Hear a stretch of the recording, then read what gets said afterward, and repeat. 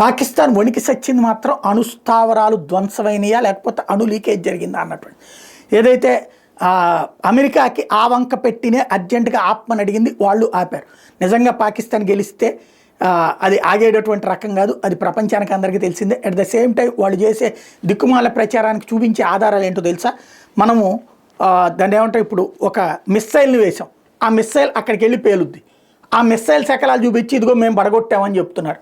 అట్లాగే drones, suicidal drones అంటే అక్కడికి వెళ్ళి పేలిపోతాయి, ఆ మొక్కలు చూపించి మేము పడగొట్టామని చెప్తున్నారు. సిగ్గులేని జన్మ వాళ్ళది, అదే నడుస్తోంది. అయితే రేడియేషన్కి సంబంధించినటువంటిది సందేహాలు ఇంకా ఉన్నాయి. అక్కడ ప్రజల్ని అప్రమత్తంగా ఉండమంటున్నారు. కానీ అమెరికా నుంచి పంపించినటువంటి రేడియేషన్ డిటెక్షన్కి సంబంధించినటువంటి విమానం మాత్రం అక్కడ రేడియేషన్కి సంబంధించిన ఆనవాళ్ళు లేవని తేల్చింది.